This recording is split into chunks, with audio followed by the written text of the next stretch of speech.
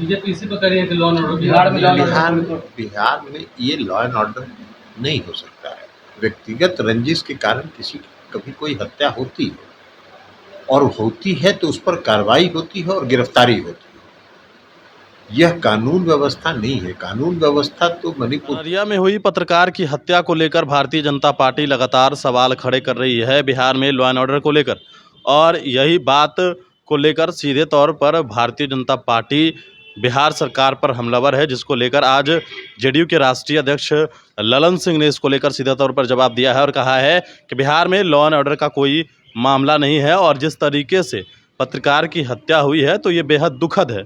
लेकिन जहां पर बात की जाए कि ये आपसी रंजिश का मामला था, जिसमें अब तक 4 लोगों की गिरफ्तारी हो चुकी है, और पुलिस जो है वो बहुत जल्द उन लोगों तक पहुंच जाएगी, क्योंकि जिस तरीके से गिरफ्तारियां हो रही है।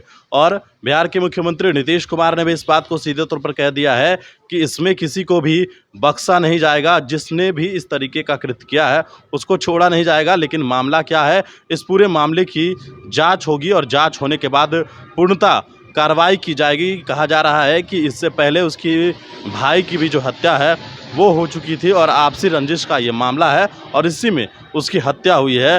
और जहां तक की बात की जाए कि जो लॉ एंड ऑर्डर का सवाल खड़े कर रहे हैं, तो हत्या तो किसी की भी हो सकती है, लेकिन लॉ एंड ऑर्डर यहाँ खराब नहीं है बल्कि मणिपुर में है। जेडीयू के राष्ट्रीय अध्यक्ष ललन सिंह ने किस तरीके से जवाब दिया है और 4 लोगों की गिरफ्तारी को लेकर क्या कुछ कह रहे हैं, सुनिए। अररिया में जो पत्रकार की हत्या हुई है, उनके प्रति, उनके परिवार के प्रति पूरी संवेदना है।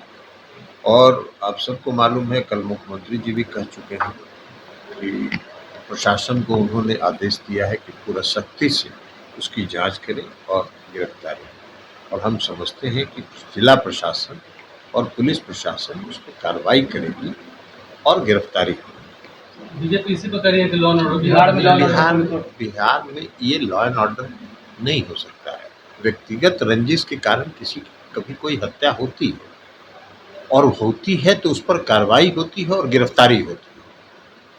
यह कानून व्यवस्था नहीं है। कानून व्यवस्था तो मणिपुर में खराब है, जिस पर हम विस्तार से आप लोगों को बता चुके। लेकिन उस पत्रकार की हत्या हुई है, पहले उनकी भाई की भी हत्या हुई थी जो हमने अखबार में देखा है, और रंजिश के कारण हत्या हुई है। आज अखबार में जो हमने देखा है उससे लगता है कि पुलिस प्रशासन बहुत नज़दीक है, और जैसा आप लोग ही बता रहे हैं कि 4 आदमी की गिरफ्तारी भी हो गई।